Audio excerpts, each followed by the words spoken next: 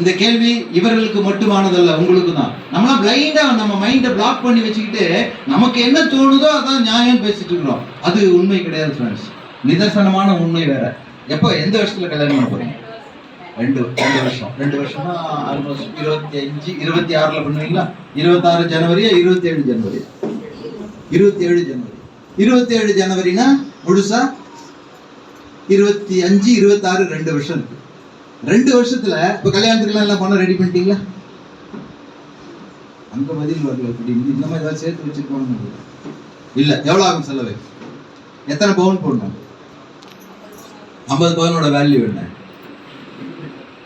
அப்புறம் நீங்க 5 லட்சத்துல கல்யாணம் பண்ணுறீங்க வாய்க்கணுக்கா? நான் கல்யாணம்னா எல்லாமே வந்துருது. முதல்ல எவ்வளவு நகை போடுவீங்க? அப்புறம் மாப்பிள்ளைன்னு ஒருத்தர் வர்றாருல, அவருக்கு என்ன கொடுப்பீங்க? கார் கொடுப்பீங்களா, பைக் கொடுப்பீங்களா, இல்ல அல்வா கொடுப்பீங்களா? அப்ப அது எவ்வளவு ஆகும்? 15 25 15 40 லட்சம் ரூபாய். அப்புறம் அடுத்தது சீர் சனத்தி, கட்ல, bureau, UPS, AC, washing machine, mixer, grinder இப்பெல்லாம் பழகிட்டாங்க எல்லாம். அது ஒரு காலத்துல நாட்டுக்கோட்டை செட்டியார் கல்யாணத்துல அந்த மாதிரிலாம் இருக்கும் சீர்வரிசை. யாராவது இருக்கீங்களா? நாட்டுக்கோட்டை செட்டியார்ஸ் அவங்க தான் என்ன பண்ணுவாங்க, சீர்வரிசையை ஒரு விழா மாதிரி பண்ணுவாங்க சார். அடுக்கி வைப்பாங்க. வெள்ளி பாத்திரம் தனியா, சில்வர் பாத்திரம் தனியா, செம்பு பாத்திரம் தனியா, பித்தளை பாத்திரம் தனியா. அது பெரிய என்ன ஒரு திருவிழா மாதிரி நடக்கும். இப்ப அந்த மாதிரி கல்யாணம்னா பெண் குழந்தையை பெற்றவர்கள் வந்து இதெல்லாம் செய்யணுன்ற மாதிரி ஒரு பழக்கத்தை கொண்டு வந்துட்டாங்க. நம்மளும் அதுக்கு அடிமை ஆயிட்டோம். அப்ப கல்யாணத்துக்கு மொத்தம் எவ்வளவு செலவாகுது? எவ்வளவு? முதல்ல 5 நாங்கல்ல, இப்ப பாருங்க above 15 ஆயிடுச்சு. என்ன பண்ண போறீங்க?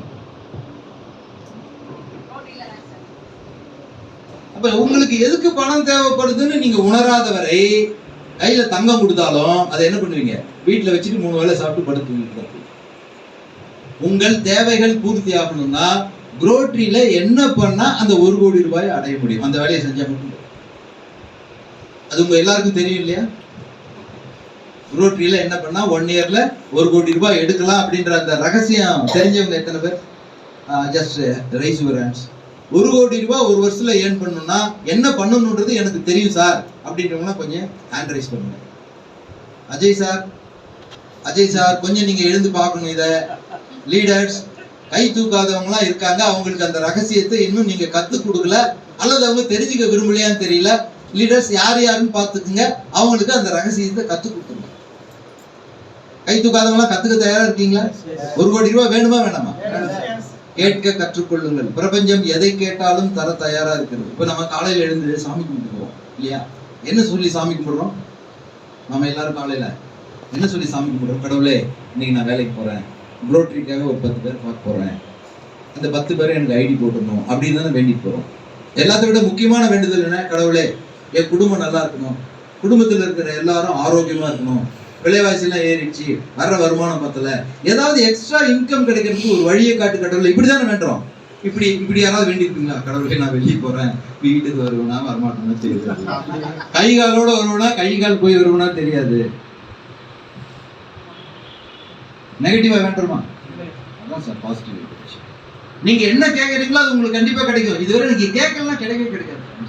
வீடு வேணும்னு கேளுங்க, நல்ல கார் வேணும்னு கேளுங்க, பேங்க் பேலன்ஸ் ஒரு 50 லட்சத்திலிருந்து ஒரு 70 லட்சம் ரூபாய் இருக்கணும்னு கேளுங்க. நீங்கள் கேட்டால் பிரபஞ்சம் அந்த வாசல் கதவை திறக்க தயாராக இருக்கிறது. கேட்கறவங்களுக்கு தான் சார் கிடைக்கும், கேட்காதவங்களுக்கு கிடைக்காது. இது உண்மை. இது லா ஆஃப் அட்ராக்ஷன் சொல்லுவாங்க.